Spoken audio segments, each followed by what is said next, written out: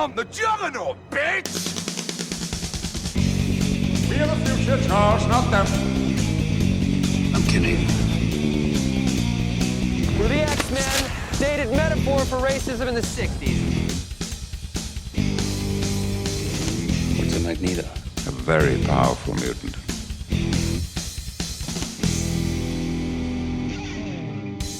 Hello everyone and welcome back to Enter the X-Verse, where we are going through every movie in the Fox X-Men universe. I am your one and only host, Kyle, host extraordinaire, bestest guy on earth, and also I have some other guy here with me. Do you want to introduce yourself, I guess? Hello, I'm Kyle's manservant. Nathan. Yes, that's right. Mm-hmm. Okay, you can get back in your hole now. Here, sweep up and make the tea. Nathan, I don't drink tea, goddammit. I'm sorry! Please. Here, sweep up and make the coffee. I should know better. Well, manservant, why don't you tell the people what movie we're watching today? Well, host Kyle, hostess, mostess. We're here looking at the 2019 movie Dark Phoenix. Uh-huh. Though, sometimes called X-Men Dark Phoenix, sometimes just called Dark Phoenix. So, this movie, for domestic US consumption, was heavily marketed as Dark Phoenix. And then for international markets and subsequent streaming, hosting, and I believe physical media retail, it is X-Men Dark Phoenix. We should note, though, that on the posters they put a circle around the X so that you knew it was still an X-Men movie. Yes, quite. I think they tried to play this because they were completely pivoting who the protagonist was and everything, and this one kind of quite a hard right turn there, you know? Oh yeah, we'll get into it. Yeah, not a lot of setup, and not deliberately, because I think you can see that this is an X-Men movie from the marketing, but in terms of its approach, they're kind of trying to have their cake and eat it too, and maybe trying to bait non-X-Men fans into seeing this one. They're taking swings with this movie, that's for sure. Yeah. Yeah, well, we'll get into it. Okay, I will say, I don't think I hated this movie. It's definitely not the worst movie we've watched on this podcast. I'm more baffled by a lot of its creative decisions than outright hating on it. I'm just like, this is a really weird movie, as opposed to this is a really bad movie. I don't necessarily think it's terrible, but it is weird. So I'm the kind of person who is just a sucker for the redeeming elements in a film. And you really want it to be good and you want it to work. And I can see where you have maybe abandoned, all sanity for the film. Yeah, there's a couple parts of that in this movie. Yeah, and there's parts of this film where I want to just tear my hair out. So I'm like, no, there was a thing here. There was a story, there was a point, there was a writer's, a creative decision happening here that you've just torn out. I'm gonna guess exactly what you're talking about right now. Okay. Go. It's all the Professor X's bad actually stuff, isn't it? All of it. Listen, there's so many different. I think this movie's like a movie by committee. This is like the Rise of Skywalker of the X-Men franchise. Oh, I don't know if I'd go that far. I feel like this movie does feel like it has a sort of strong creative vision to it. It's just a misguided one. I think there's so much going on in this movie that, like, they could all be separate movies. So let me break it down, okay? Okay. So there's the two key pillars are Charles Xavier is fundamentally flawed in his approach of dealing with young mutants, right? Yeah. And how that manifests itself in maybe him being some sort of Uncle Tom type for mutants in the US government. Yeah, I'd say that's fair, because we see him sort of meeting with the president, he's giving big speeches like, oh, it's better than what you used to call us, haha, and all that, yeah. Yeah. And then there is the Dabari Empire. Yes. Right, this is... the most iconic villains in any of these movies. Yeah, the most iconic villains in any of these movies. And didn't we do this with X-Men Last Stand, where another Dark Phoenix feature, where there was the discussion about mutant cures and the efficacy of a cure, and then there's Dark Phoenix, right? And I think this movie... The cure stuff was way more interesting than the Dabari Empire. Cure stuff, way more interesting, right? But I actually think that this movie has the third thing going for it, because I actually think that Xavier being fundamentally flawed and maybe selling out isn't is tied to Dark Phoenix is, I know the film meshes it together, right? But I think that Dark Phoenix is actually a distinct third prong in this movie's possible directions. And Yeah, I would agree, because the Dabari Empire are just sort of also there. yeah. But like, it's such a wild departure from anything else that Yeah, That's this is the its- first time, aside from Shatterstar, obviously, this is the first time aliens have been in any of these movies. aside from beloved character Shatterstar. Yes. But yeah, completely. So I think there is a trident of possible approaches this movie could have taken, and it just decides to act like this trident is a spear. And it just funnels all its potential, all its everything down one channel, like they kind of knew it was their last one. But why? I think there is potential there to merge like the Professor X stuff and the Dark Phoenix stuff in an interesting way, and I think they do try and do that with how he suppressed Jean's memories of the past and all this, right? Yes. There is an attempt there. I don't know how you fix the Dabari Empire in this movie. I don't know how you slot them into this narrative in a satisfying way. Who gives a fuck about Vuk, right? I don't give a fuck about Vuk. Frankly. In my notes here I have, oh no, a generic tall skinny alien has gone after Jessica Chastain, who conveniently also looks like a tall generic alien. Yeah, she does. She's just a normal married woman, but she's like No, she's- weird and like... Yeah, but the makeup department have done one on her. You know, she's Oh got yeah, like... that's why she looks weird and alien-like. Yeah, that's She's- not what Jessica Chastain normally looks like. No, it's definitely Jessica. She looks very skinny. It's all cheekbone, right? She's no eyebrows, so her eyes look quite recessed, though she's apparently a healthy woman. And Yeah, she's she's like got this bleach blonde hair. yeah, she's Targaryen, Game of Thrones, platinum blonde hair, and she is the palest woman that has ever existed. And she has a dick of a husband. Yes, Here's his dog barking up a storm, and he's like, nah, we don't need to, it's probably fine. Go check on your dog, you prick. Yeah, he's a bad man. He deserved the Dabari Empire's He punishment. deserved his chest to be twisted, capsized, or whatever, yeah. Yeah, whatever the heck it is that Dabari do to you. That for some reason they don't do in any of the X-Men. Yeah, for some reason they decide that that's not, because everyone's actually Colossus. Where's Colossus, Yeah. Kyle? Where is Colossus? We know he's around. Well, not yet. He's not. He's not in the. Of course, yes, Well, because this is the 90s. according to Deadpool 2, though, he might have been around. There was Deadpool 2 set in 2014 with still McAvoy and everything. Who knows? Yeah, exactly. Different universe, apparently, according to Deadpool 3. This movie cares the least about its gimmick of being a time period piece. Oh, absolutely cares. You get set dressing, but it's so in the background. Yeah, it's in the 90s just because timeline-wise that kind of, it doesn't make sense. You but know that's where what? we set it. I was starting to feel by this film, and I mean this almost works to the movie's benefit, but it's more so because we're 4 movies into the First Class era. Yep. There is a moment in this movie where Raven and Hank are talking about how they're the last of the First Class cast, and Yeah. they are like almost the elder statesmen of these movies. Mm-hmm. And only because it's been 4 movies, I finally start to believe it in a way that in Apocalypse I didn't at all believe it. Right, yeah. I can't justify it. It's purely vibes based, right? But it's just their scenes seem very mature in the sharp contrast, because there's this scene in this movie, right, where Hank and Raven are talking about how it used to be. It wasn't so long ago that we were hosting parties, and I was It thinking, was quite a long time ago, Hank. It Hank- was 30 years ago. it was 30 years ago. This is the 1990s. You were doing that during the Cuban Missile Crisis. But in terms of the way it's shot, I'll give Simon Kinberg his one credit, that they do seem like they're having a more kind of mature adult conversation about things in a way that when you contrast it with maybe All the visually, partying teens, yeah, all the yeah. partying in the woods, right?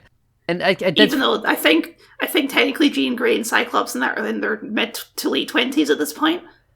Though so apparently they were in their mid to late 20s in the last movie. Yeah, apparently, yeah. Apparently not. They were in high school. Yeah, sure, right, exactly. But it is kind of interesting. I do feel that we've been on a journey with some of these characters. I guess we certainly have been with Hank and Raven specifically. I mean, like 4 movies and Charles. we still don't really have a solid characterization for Hank. So he's in love with Raven. That's his deal. He's loving it, and he's like, he's Charles Xavier's number 1. He's the William Riker.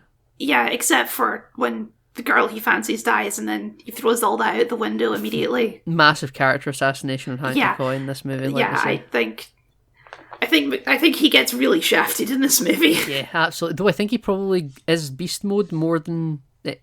Oh yeah, he is, which the I other movies? appreciate. But Yeah. yeah, we jumped. Okay, so the movie starts with Jean Grey flashback, right? Yes. Jean Grey, the clearly different timeline at this point. We're not even trying anymore because her mum dies, even though her mum was in The Last Stand. Don't worry about it. Don't worry about it. I've never seen The Last Stand. And yeah, she's messing with the radio, and then she accidentally murders her mum. So good stuff. Yeah, good stuff. Accidentally flips a car into a truck. You know what? I'm going to say this immediately. I think I like this Jean Grey more than than Famke Janssen Jean Grey. I think she's a more dynamic character. Sophie Turner. Yes. Yeah, I'll give you that. Sure, why not? I just feel like there's more to her than Famke Janssen Jean Grey, which makes this Phoenix stuff feel a bit more impactful, even though she's only been in one previous movie. I think her American accent leaves a lot to be desired. It certainly does, yes. I did bring this up last time as well. Yeah, it's just because she's more of a central focus in this film. Yeah. It's just it points out to me, or she's like, you shouldn't have come here. She sounds like Hayden Christensen. Even though he is But actually Hayden American. Christensen is American. Yeah. Or is she Canadian? I don't know. I don't know. I know. Nor do I. I apologise, Hayden Christensen, if you're listening. But yeah, this leads into what I do think is actually a pretty cool, visually interesting opening scene, which is them on the ship going up to rescue the astronauts. I kind of like this scene. I think it was interestingly done. It gives big 2003 Thunderbirds vibes. Well, yeah, they launch out of the basketball court. Yeah. Directed by Jonathan Frakes. You're determined to bring up Riker in this episode. Eh? for no reason.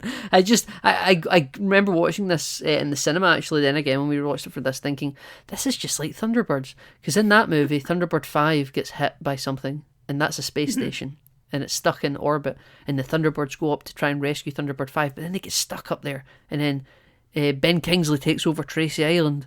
And they're all just trapped up in space, just sort of watching it all, whilst the kids have to run around and free the island because they obviously didn't go up in the jet. That's sorry, I just had to mention that. Yeah, but no. Okay, they do the thing where there's no sound in space, right? Which it's a creative decision that sometimes comes across as really pretentious. I feel like it's like, oh, actually, we're being scientifically accurate. There is no sound in space. Like, yeah, shut up. The Death Star can blow up in space. It's fine. Okay, we don't care. Kyle, as a famously pretentious person, I love it when they just do it's all silent. You're just sort of watching thrusters firing, and it's just you can hear pin drop, you know. Mm-hmm. And then when you do a camera slide where there's a transition through the window, and then when you enter the spaceship, it's just all alarms and chaos and everything. You go from that. Well, yeah, I think this movie is quite well shot. Yeah, I also think the visual effects are quite good. Yeah. Oh, I'm on topic of visual effects. I'm going to say, even though everyone made fun of it, I don't hate this look for Mystique. I think it looks okay.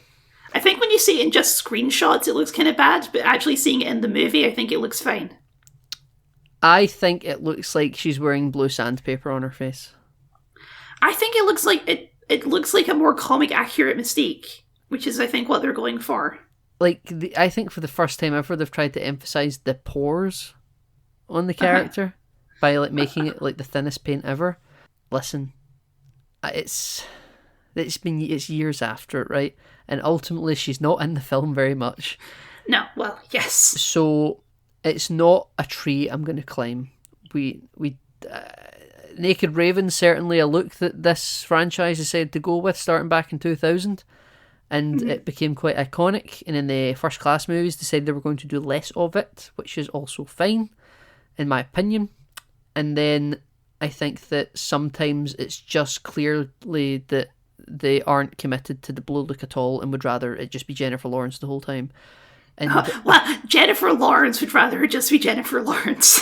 Yes, because there's a moment where they get back from this mission and they're all celebrating and they're like standing, they're relaxing, they've unzipped their flight suits and stuff. You know, that's code. That's code for we've done it and we're chilling. And she turns back into Jennifer And Lawrence for no narrative reason whatsoever. Even though you would think maybe when she's getting off the plane, maybe she would hide in Jennifer Lawrence mode, and then when she gets back to the X-Mansion, she should surely turn blue, right? Even though, like, by this point in the character's story arc, this was like the end of the last movie. It's like, oh, I'm embracing being Mystique now, right? I'm joining the X-Men.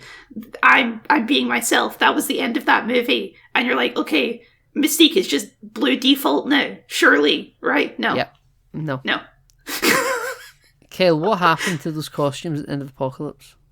I would love to know, Nathan, In the because these danger room. costumes, they ain't it, Chief. They ain't it, Chief. Exactly. This movie tries to reinvent the flight suits from First Class, and I think in First Class, they work in a kind of contextual sense that the film sort of just throws you into. Mm-hmm. But this movie kind of gives you like okay, here's the look. It's all in setup, right? And this movie kind of tries to make it seem like these are the X-Men costumes as opposed to these are government flight suits that we just need to wear. These are the uniforms, Yeah, and it's just awful. You know, they remind me of, like, Star Trek Voyager jumpsuits. Yeah, I like Star Trek Voyager jumpsuits. Yeah, but, like, they're 1990s quality TV uniforms. They're not movie quality costumes. No. But this is set in the 90s, Kyle, so we're actually committing to the period piece. Of course, yeah, But yeah, no, they don't look like superhero costumes at all. They just look like big onesies. Yeah, it's a pretty tragic stand down. I don't even know the budget of this movie, to be honest, Kyle. I wonder if surely they weren't getting nothing, because again, this film I think looks tremendous. Actually, I think it's shot well, and I think the visual effects are really. I think good. all the visual effects look good. Yeah, I think Nathan, this is the we best. do have a big evil space cloud though. We have the ribbon Nexus from Star Trek Generations, yes. But I actually think this is the best display of Cerebro we've ever got.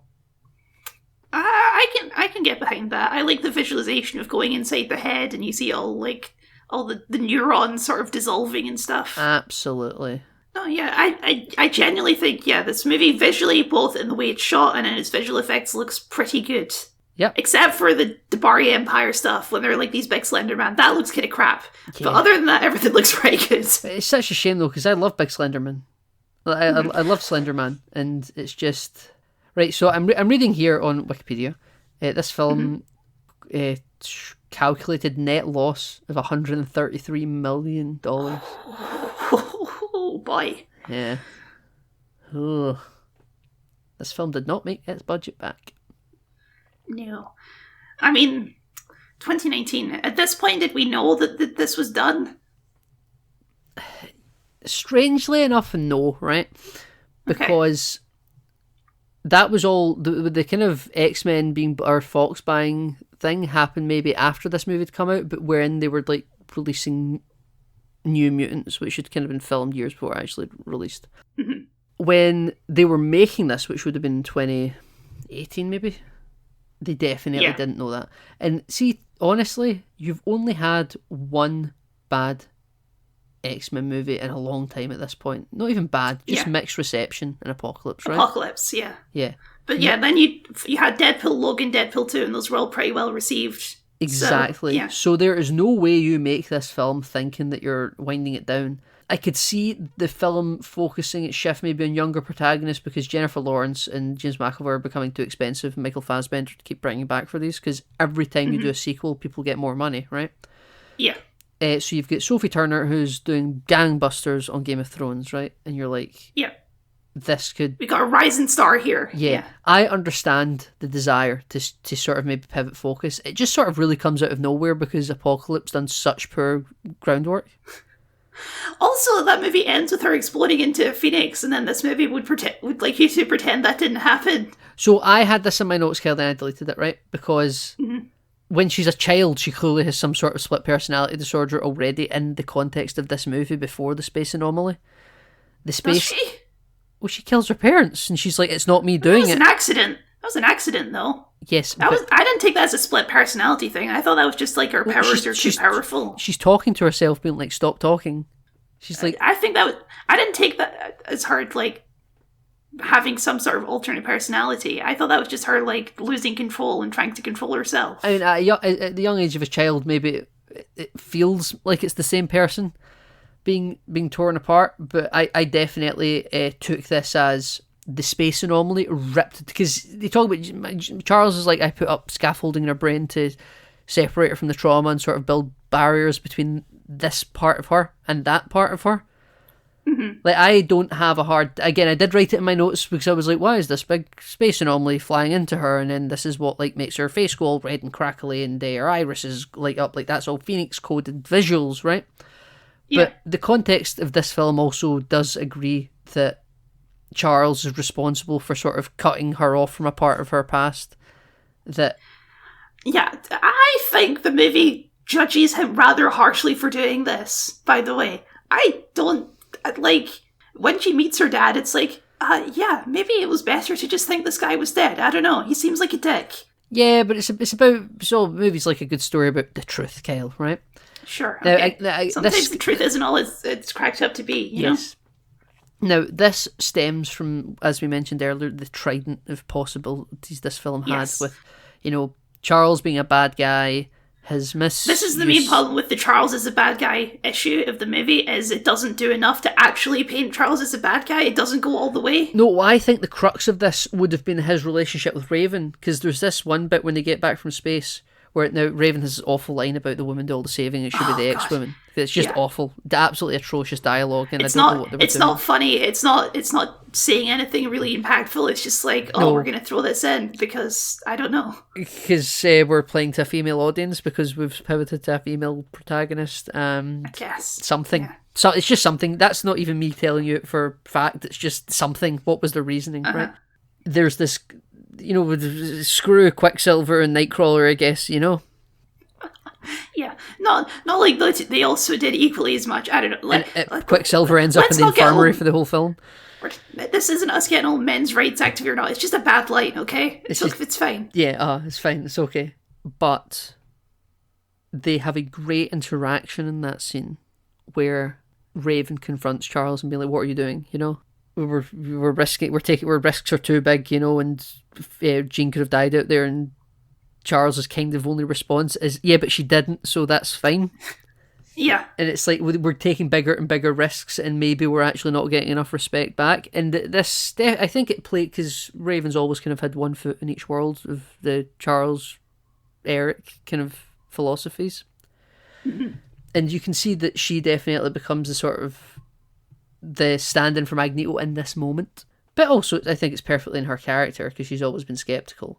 And there's a real strain on the relationship that's not... There's always been a tension in the relationship, but I don't think it's been as ever strained as it is in this film. And then the film does nothing with it. Because the film decided that... Goodbye. Jennifer Lawrence is too expensive. Jennifer Lawrence is too expensive. Jennifer Lawrence probably doesn't really want to do this anymore. Because her Hunger Games days are behind her, her sort of YA young adult shit. Like, she's as a creative, she's moved past all this. What does she still? Now she's doing Mother or whatever. Yeah, exactly right. She still does schlock. Don't get me wrong, but she isn't doing franchise schlock at the moment. And it's just these are some of the baffling creative decisions that we're talking about here, right, Kyle? Yeah. Okay. I think that's an interesting idea. All this stuff you're setting up of like, oh, maybe the X-Men are not even like sinister, but exploitative is the best way to put it, Yes. right? He's exploiting his students in this way. And that's an interesting angle to take with this character, but they don't commit to it because an X-Men movie isn't going to end on the side of the X-Men are a bad thing, actually, right? Yeah, true. It's not going to cross that bridge. So in the end, it kind of narratively justifies Charles in everything he does. Yes, that's why it needs to bring in Magneto later on to be like the even worse of two evils. Yeah, which also, for where he is as a character, doesn't... There's a lot of character assassination going on in this movie. Question, Kyle. Not a discussion I really wanted to have, but I think it's probably warranted.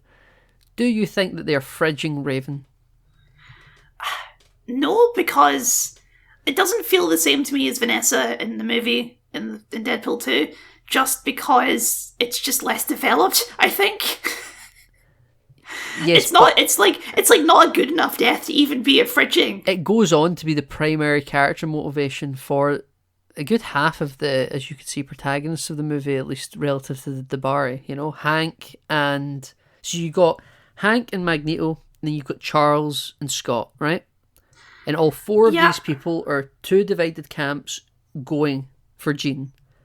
Yes, Nightcrawler's there as well, but like he's primarily just a method of teleportation. Transportation. Yeah. Then Magneto has some goons as well.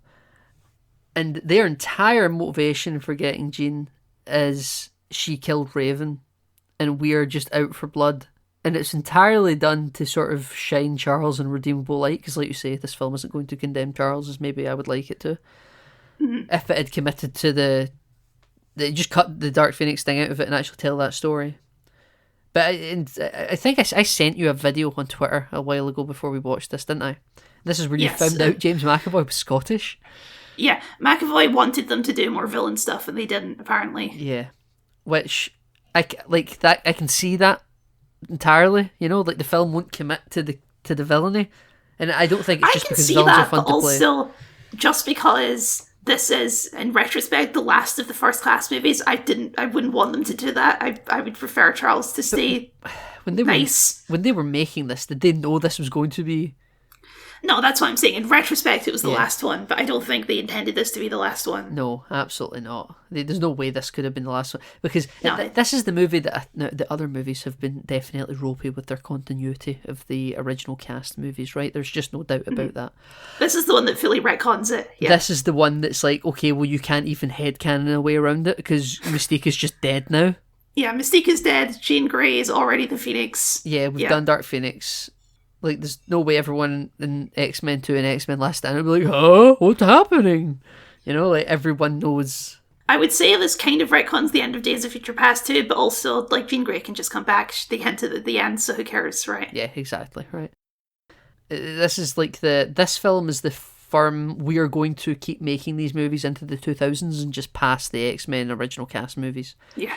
Would they keep doing this stupid 10-year time jump thing, do you reckon? I think this would have been... I think the next movie, had they made a fifth, would have time jumped into the 2000s, and then they would have just committed to, like, they're just set in the 2010s, you know? Right, okay. And that's just where they would stay, and they would make them as if it was the year... It was a bit like how the MCU is kind of not set in the year the movies come out anymore because of the snap and the time travels and everything. But I think we're catching up to it at this point. But, no, we've taken a 1 year gap, but like they were like Avengers Endgame is supposed to be set in like 2024 or something. I think so, yeah. And like the movies are clearly set years beyond that at this point, but the attitude is just don't worry about it. Yeah. Broadly speaking, for the audience's perception, they're just kind of set whenever the movie comes out, unless we're telling you it's a period piece. The problem really comes when you try and believe that Hank McCoy is 30 years older than he was in First Class. And it's not true. It's just blatantly not true. Yeah, this movie here, Apocalypse had the problem as well, right? But at least it still played with the cutesiness of it being in the 80s. See, when this film does nothing for its 90s setting, it really brings it home that you could have just set all these movies within the same... Like, this is the fourth movie, make one a year. This movie could be set like 4 years after the Cuban Missile Crisis if you wanted to, right? Who cares? The Bari's technology isn't going to change. But so, and also, sorry, just to bring it back around. So would you think Raven Fridge? No, not convinced. Magneto and Hank's entire character motivation being upon the death of the woman? I think what's making it different for me is that it's also the motivation for Jean Grey. The difference is that Mystique wasn't the only female character in the previous movies, right? There were other female characters around, so it feels less apparent. Right, okay. Like, technically, on like if you analyse this, I guess it is the same thing, but to me it feels different. I don't know. Yeah. My issues with this death go beyond fridging into it just feels contrived in the story. They kill her the same way they killed Logan, through spiky wood. And when it happens, like, it's supposed to be a heartfelt moment, I'm like... And I wasn't really feeling sad, I was just feeling like, oh, I guess Mystique's dead now, okay. It's like, why are you doing this? It happens so bluntly that you kind of expect her to be resurrected later in the movie. Yes, exactly. It's like when Johnny Gat dies in Saints Row the Third. You're like, nah, he's not really dead. Yeah, it's like, well, they can't have just killed. That would be stupid if they killed him off like that. That'd be stupid if you killed off Jennifer Lawrence's X-Men character Mystique. It's like this. Who's been one of the main characters in the past 3 movies. You're going to just impale her on a bit of spikes, okay? On a porch. Okay. On a porch, yeah. Yeah. By accident. Absolutely. By accident. Yeah. Now, there's a whole bunch of stuff here with, Charles sort of freezing everyone in place. And he's like, no one take action against. Like, he's so committed to this being his burden because even if he doesn't want to admit any of this is his fault, in some level he knows that the Dark Phoenix, the barriers, the scaffolding in her brain are all sort of something he can handle, or he thinks he can. So he's just letting everything else fall to the side for him to not to say it's a vanity thing, right? But he's like, this is my wheelhouse here, I will deal with this, and then everyone else is he paused everything so that Raven could have a chance. Well, yes, I I suppose so. But then Hank is like, gun raised, and she's like, nope, nope, you're not going to shoot. And she finally says, I love you to Hank after 30 years. Yeah, I think in First Class, when you're talking about that movie, you're like, oh, keep watching, this romance is going places. And this is where I was going. Yeah, it was going to an I love you on a garden porch with Raven impaled like Logan. I did like the scene, though, where they're talking about how they've been doing this for 30 years and they can just go and have a normal life if they want, and just live. Yes. All this plays right into the Charles maybe mishandling the X-Men storyline quite well, actually. It would have been more fun if Mystique was in the rest of the movie to keep having this debate, yeah. Yes, but no, actually. Because Hank can't carry the rest of this debate because he just goes and does manly man stuff, like a vet with Reg. He goes in a hunt for Jean and shows up at Magneto's government reservation for mutants. This gets into the issue with the way that the X-Men react to Jean Grey turning evil. Yeah. Which is, like, some of them just suddenly decide, oh, Jean's evil and always has been evil. There's the scene between Storm and Cyclops where she's like, oh, sometimes people aren't who you think they are. It's like, I don't know, Storm, I think she might just be possessed by some sort of evil space cloud. Yeah, there could be that you were in space, Storm. Don't pretend you were freezing the hull of that space shuttle together to give it atmosphere, even though apparently Nightcrawler and Quicksilver didn't need a helmet until after you froze it, and then when Nightcrawler went back by himself, he now needed a helmet, but he didn't the first time. Sorry, I needed to get that out.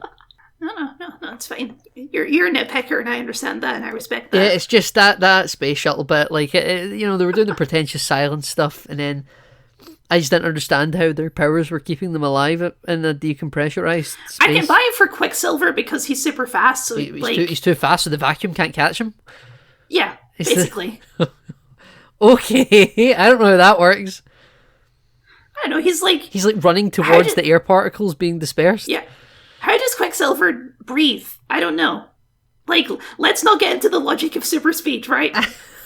I just think being in space with no space helmet in the vacuum is just one of those, like, my suspension of disbelief can't stretch that far, especially when Nightcrawler also didn't need a helmet, and then we freeze the hull, and then he needs to go back with Jean Grey to hold the ship from the indoors, and this time Quicksilver's like, oh, quickly give you a space helmet, but he's already been over there. Well, Nathan, this is also the movie where Hank is like, oh, our X-Jet isn't cleared for space travel, and then and then Charles says, do it anyway, and then they do it, and there's no issue. It's to raise the stakes, it's to show that, but even then nothing happens to the X-Jet. The X-Jet is perfectly fine. No, we don't see, like, compression on the hull or anything that they have to deal with. The X-Jet is the only time the X-Jet is under any threat is from the space ribbon. Nothing to do with its ability to fly. But we find out, Kel, that this space ribbon is more than just the Nexus from Star Trek Generations. It's also a Genesis device from Star Trek II: The Wrath of Khan. Yes, you can manipulate the midichlorians to create life. Yeah, exactly. Right. They even do the whole CGI sort of camera. It looks like a Spore cutscene. Yeah, rolling over like a really small hill. Yeah, and everything's gorgeous and working. And life, Kyle, life finds a way.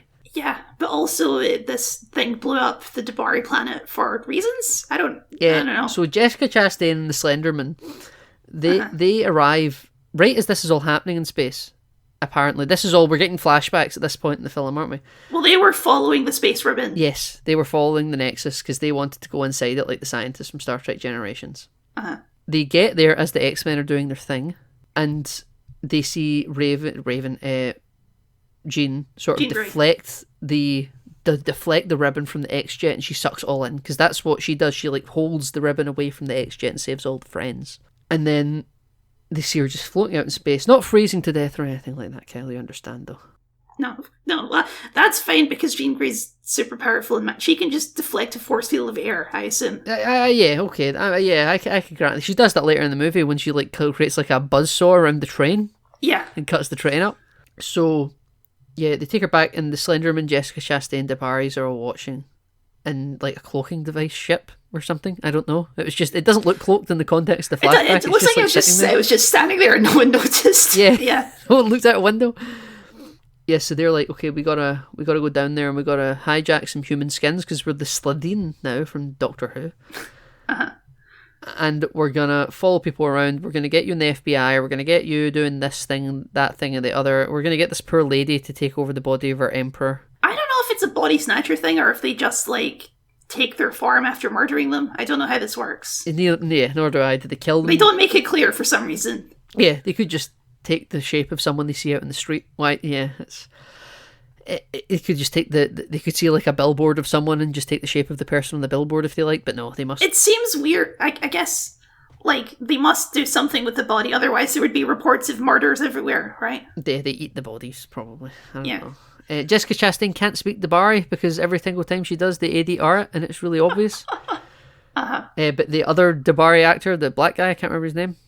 He can speak Dabari because he does it on camera, full view of the face. Like he's not being ADR'd. He's a talent, Kyle.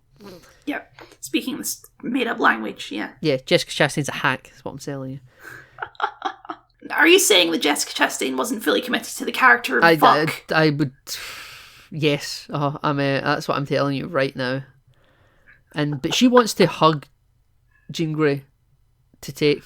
Yeah, okay. I do not understand this at all. She wants the Phoenix Force, right? Yeah, she wants the ribbon. And for some reason, she is capable of containing this, even though she literally told Jean Grey 5 minutes ago that no one could contain this but Jean Grey. So, I don't understand. Yeah, well then later in the movie they resolve this by, just to jump to the end, they're like, I will do the you want this power overload trick. Oh, you're dead now. Yeah. But for some reason, that didn't happen the first time, even though I feel like it should have happened the first time. Yes, it should have happened the first time. Absolutely.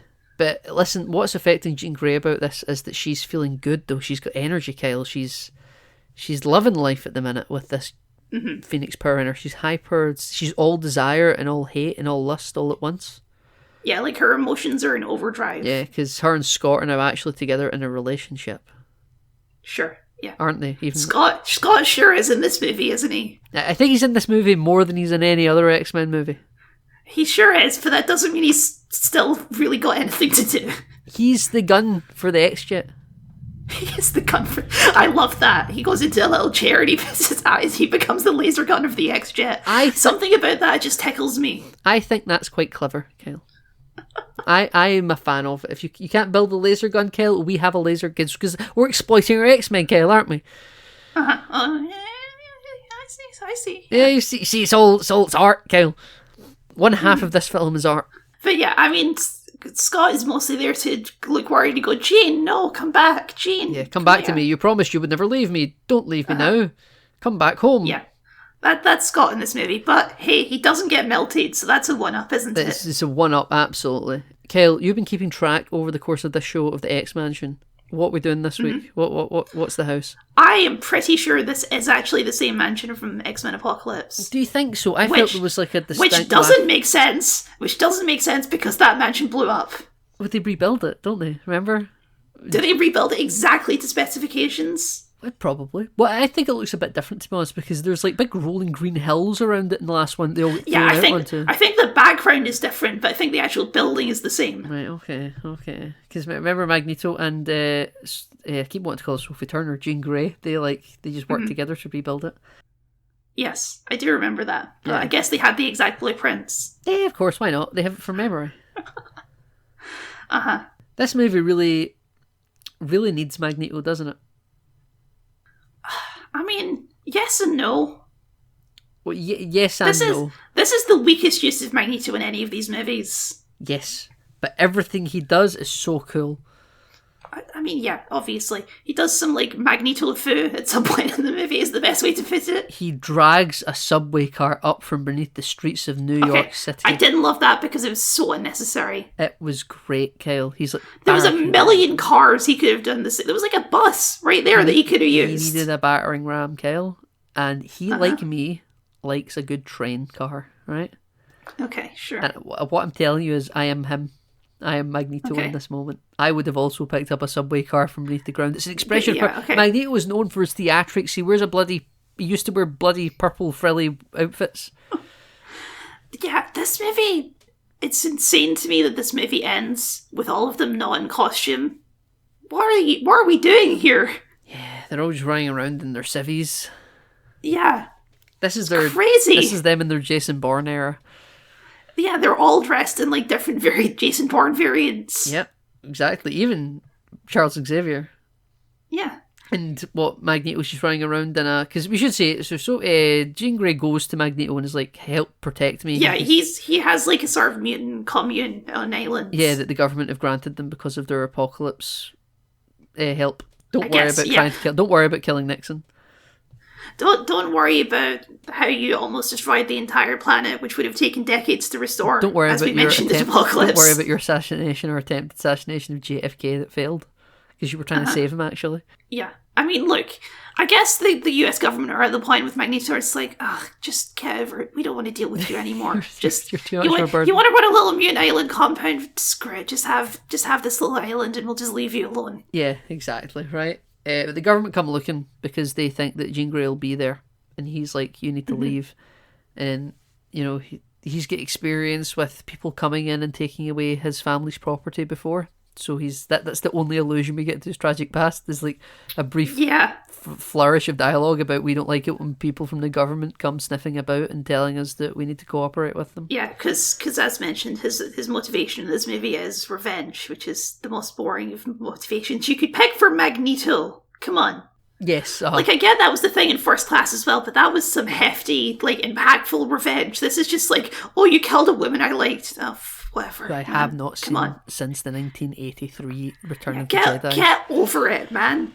Yeah, it's true. I mean, it's different if you see these movies as being set all within a couple of years of each other, but there's like we're decade hopping here, you know? Yeah. He is deciding that he is, because Jean Grey just decides that she is going to, in fact, destroy these helicopters and kill all these men. Magneto says, no, this will make things worse for us. And he does a get to the chopper line, Kyle. He does. Yeah, Jean Grey just tries to murder these guys because she's going crazy, basically, right? Her turn to the dark side is odd in how it's executed. Whenever the script requires it. Yeah, it's more like she's sort of being taken over by a hostile entity, is the way it's portrayed. Yeah, that's it, exactly. As opposed to, like, any sort of, like, exploiting stuff that was already there, which is what the script wants it to be. Yeah, pretty much. So, yeah, there's like, a weird way in how it's executed. I will say, I think that's more interesting than Last Stand, which is the obvious comparison, where she just sort of turns evil, and she's evil now. Yeah, but then there's more character drama going on here with this Jean Grey.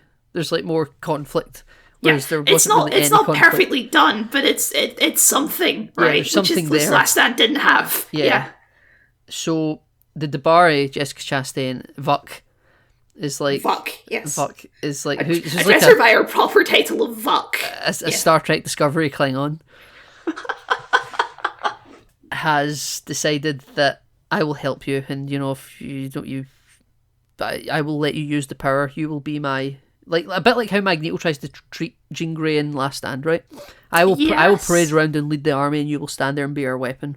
And then she's like, I actually don't want this power because Charles is a 1-to-1 with her, but she puppets him up the stairs, Kyle. This is what did the Dabari Empire want? They want to. So when the transfer of power is happening, because she's like, I don't want this gift, but can you take it from me, please, Jessica Chastain? Vuk. she learns that the secret of this power to create life also requires basically destroying everything else in the meantime because they want to turn Earth into the new Debari home planet. Is that it? Are they Zodding it from Yeah. Man of Steel? Yeah, they're zodding it from Okay. Man of Steel. That's exactly what they're doing. Right. Okay. So Earth's now in danger because the Debari have found this planet that works for them. They don't want to look for another one, and they can use the power that Jean Grey has. But in fact, Vought can contain it, even though she said she couldn't. But oh well, she can now. But before this happens, before Charles has this pep talk of the mind with her, she is like, if you love me, actually, Charles, you will walk up the stairs for me. And he's like, what do you mean I can't do that? I'm a cripple in a wheelchair. By the way, interesting wheelchair in this film. And now she crushes that terrible looking wheelchair. So there you go. She crushed that terrible wheelchair and then makes him walk up the stairs in a really weird, well done horror movie kind of thing. We should say when this is all happening, Magneto's helmet has been crushed and then ripped apart and thrown away. Yes, and it is his first class helmet, I think. I think it's his Apocalypse one, 'cause it's all like black and crusted. But his Apocalypse one was more sort of plasticky, though. Remember? Because That was his Apocalypse remake one, but his original one that was he had in Days of Future Past, because his first class one has the big Kevin Bacon silver rims on it, Kyle. Yeah, but the Days of Future Past one's just the same helmet but painted, isn't it? Yeah, but it looks in Days of Future Past it looks all crusty and brown, you know, and this is more black because it's got to fit with his black suit that he's wearing. This is like the third movie in a row where Magneto has a big dramatic moment where he puts the helmet back on even though he said he was done, but they pulled him back in. This has happened for the past 3 movies. Yeah, so McAvoy's forced to walk up the stairs like a puppet. It's quite cool, well done. And then they have a brain talk 1-to-1, and then that singular 1-to-1 that didn't work between her and Raven earlier on somehow now works. Yeah, the fact that this works really just exposes how hollow this whole thing is, because it's the most basic pep talk you've ever heard. It's like, look at my memories to prove to you that I'm not lying. I've always had, like, it's basically I'm being consistent. I was like this back in the 70s, I've been like this in the 80s, and I'm like this with you now. He basically just says, I believe in you, Jean Grey. And she's like, oh, I believe in me too now. The power is in you, Lone Star. Yes. Yes. Yes. And then Jessica Chastain. But that works. It fails to take the power because we learn that it's all to destroy Earth, and then we run away, don't we? We didn't mention my favourite character, by the way, Hair Whip Mutant Man. Hair Whip Mutant Man, yeah, there is a Hair Whip Mutant Man. His power is that he has whips in his hair. Yeah. And for some reason, this is the hardest opponent Storm has ever faced, is Hair Whip Man. Yeah. Storm is certainly in this movie doing not very much. She's in it about as much as Nightcrawler. It's weird. Because there's a scene where she's like, oh, I'm going to come along with you, Professor X. And Professor X is like, no, I can't lose any more of the people I love. And I'm like, have you guys even talked before this scene? Yeah. I don't think you have on-screen talked before this scene. Right, Kel, the movie begins to move again here. And the military show up and somehow are able to stun grenade at all these very powerful Not just the military, Nathan. The MCU. The MCU, yeah. The Mutant Containment Unit or something? Mutant Control Unit. Mutant Control Unit, yeah. Also known as the MCU. They had to know what they were doing, right? Yeah, they had to know what they were doing, yeah. Quite funny, quite funny. Oh, it doesn't fit tonally because it's quite meta, but oh well, it was fine, whatever. Now, how much did they resist the urge to put William Stryker in this part of the movie? Oh my god. You know there was a draft of the script where he's walking up and down that chair and it's like, I've been waiting a long time for this, Charles. Yeah. Like finally blowing at Charles, all these years I've been going for it. But at this point, would it not be Brian Cox?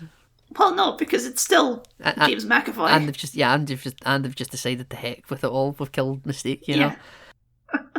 Yeah, so I think that the urge to put William Stryker in this movie must have been strong. I've done no reading to see if maybe he was supposed to be in it and there was a scheduling There is conflict. such a place for him on that train, though. I agree. Yeah, like, hell, we've already killed Mystique. Just kill Stryker, right? You're clearly not doing the X2 thing anymore. So, yeah, just... Then you can, like, wonder... This, by the way, first movie without Wolverine in it at all. Yeah, that's true. That must have been the even bigger restraint. I wonder if they asked Hugh Jackman. He's like, no, I'm done. I told you I'm done. Yeah, I've done Logan. I'm sure they probably asked him anyway. Yeah. So, like, no Stan Lee or Wolverine, because even in the Deadpool movies, Hugh Jackman is joked about in it, and his pictures or action figures are in it. Like, he's in all of these movies. This is the first non-Wolverine or Stan Lee movie ever for the X-Men. Nathan, as we talked about, he is in the post-credit scene of Deadpool 2. We saw him on screen. Well, yes, naturally with that archive footage, yes, But like even with action figures and stuff, or like like the Logan music Yeah, box. there's not even a reference to Logan. Yeah, he's just not in this movie. Yeah, but yeah, so no Stryker, no Wolverine. This movie's bad because of that and that alone.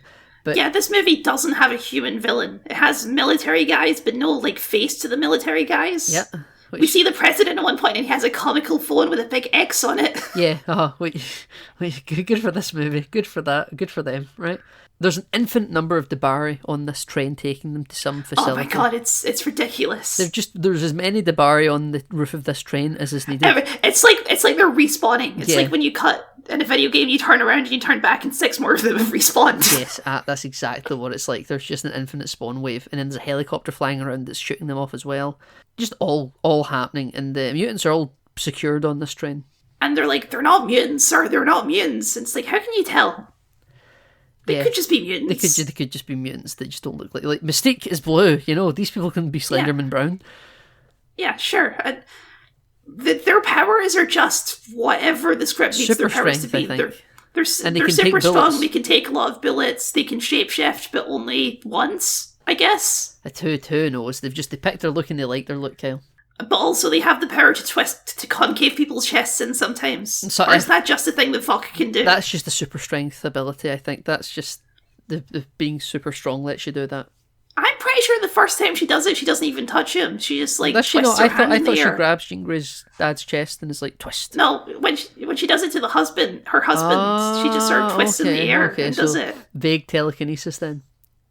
Yeah, I guess. You know what, Kel? This movie has no big blue space laser going for it. It doesn't have a big blue space And laser. I think that this movie's missing a big blue space laser. Yeah, I think this action scene on the train isn't too bad. Just as like detached from anything, just as an action scene. Yeah. Everyone gets some cool moments to do stuff. Magneto It's, gets it's his- an action scene. Magneto gets a Darth Maul Clone Wars hallway-esque scene, a bit like Magneto Yes. gets in Days of Future Past and Dark Future, where he's like moving metal to shield up the door, and he picks up all the M16s in a line and just starts shooting Buck. Because they keep all those guns on the rack loaded, Nathan. That's a safety issue. Kyle, guns aren't legal in my country. I couldn't possibly comment on gun safety. But listen, Magneto he's just the cool factor of this movie. I think there comes a part of this movie where they're like, we just need somebody that's good at action, and he's good at action, I think this movie, it's also the part where Storm starts flying around and shooting everyone with lightning. It's like, why didn't you pull this out against Hair Whip, man, Storm? Yeah, she decides that she's got extra powers that she forgot she had.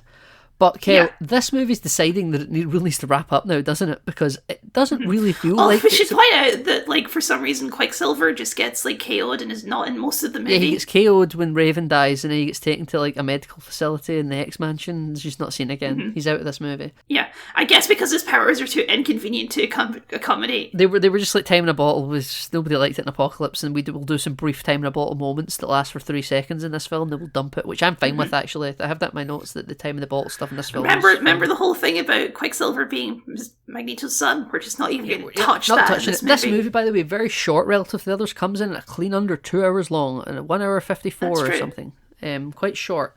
But this movie on this train, this is your big finale, even though it's so claustrophobic and like not big and Yes. spectacular. And the train crashes. And yeah, no one's wearing their costumes. They're all just dressed like Jason Bourne, as mentioned. Yep. Then the train crashes, Kyle, Mm-hmm. because Jean wakes up and is like, I'm Buzzsaw thinking, train. what all of this reminds me of the action scene on the train, all of their Jason Bourne costumes. It's like a season finale of Agents of S.H.I.E.L.D., absolutely. where they're fighting these sort of generic henchmen guys who are just like look like normal humans, but they're enhanced, you see? If Quake was in this train, I wouldn't have. It would fit. Absolutely. Yeah, but yeah. So as previously mentioned, Jean Grey does the power overload trick on Vuk, and Vuk explodes.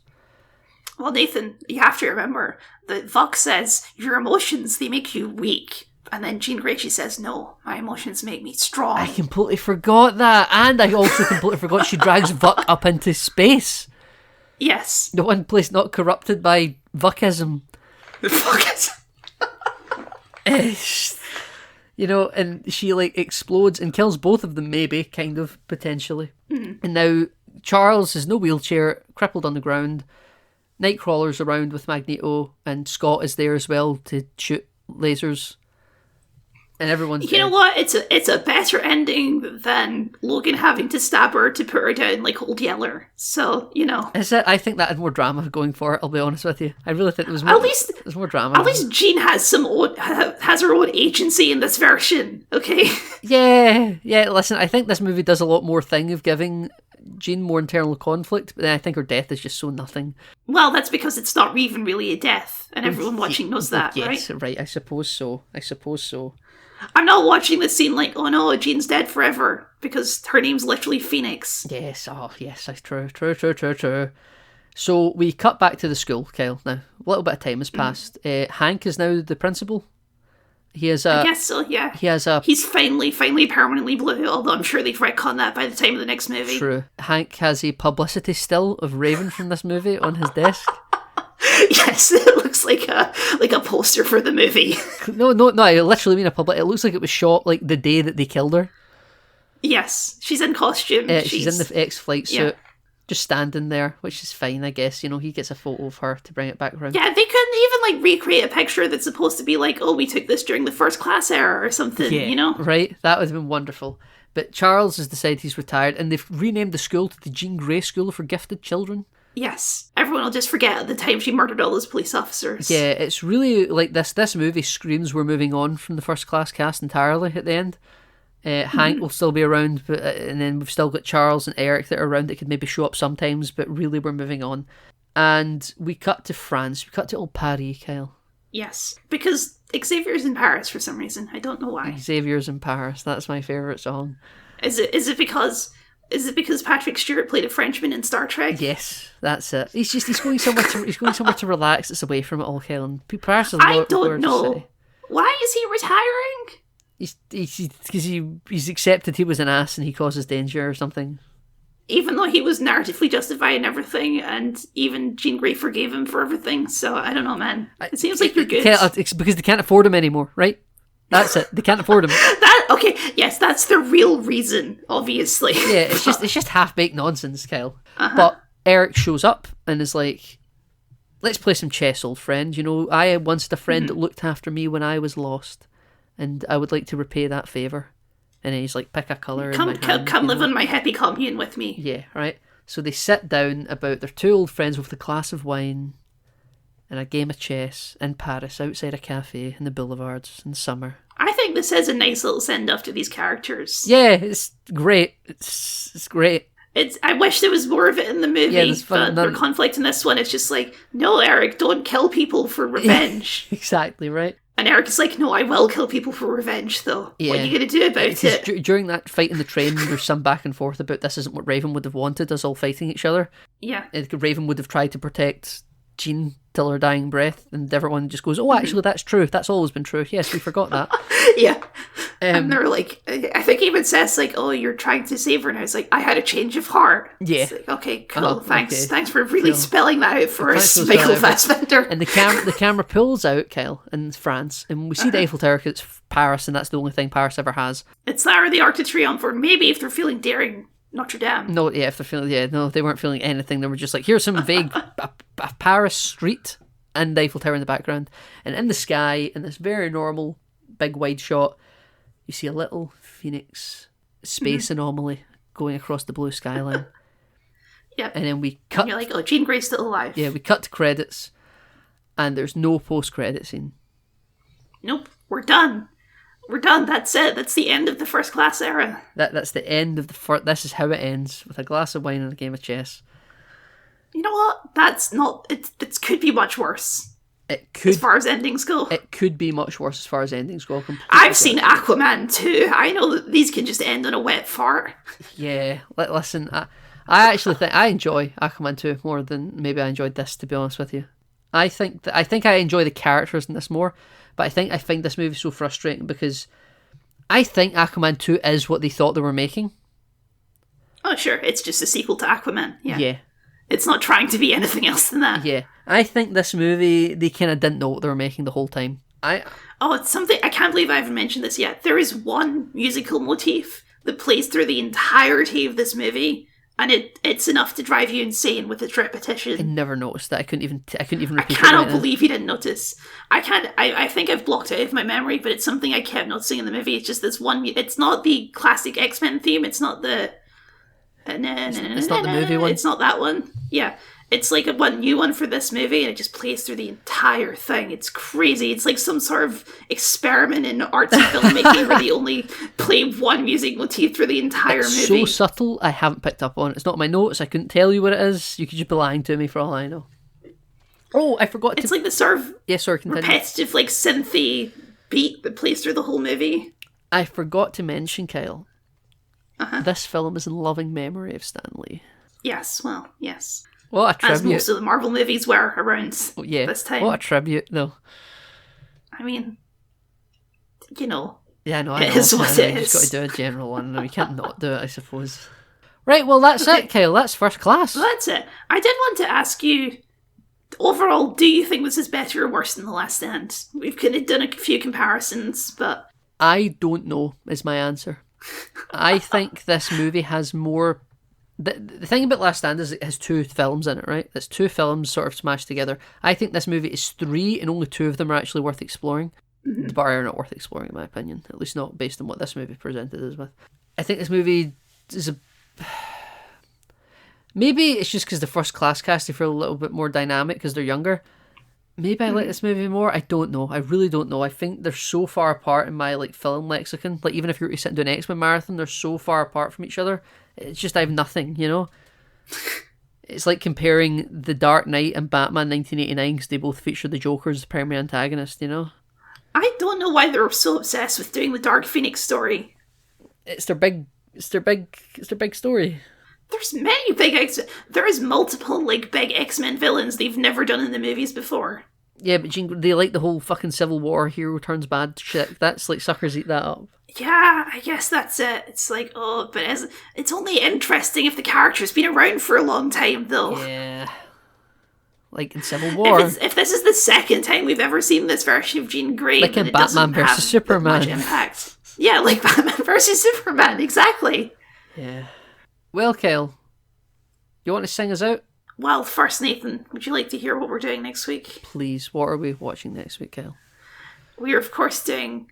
Not technically, it's not the last anymore, but it was the last movie in this universe for a while. Yeah. And that is, of course, The New Mutants. You know, admission, I've never seen it. I have watched maybe the first 20 minutes of it, and then I turned it off. So there you go. That interest, you know, I thought this is the last Fox X movie I need to see in the cinema, and I just missed it. I think it's because Dark Phoenix really felt like the last one.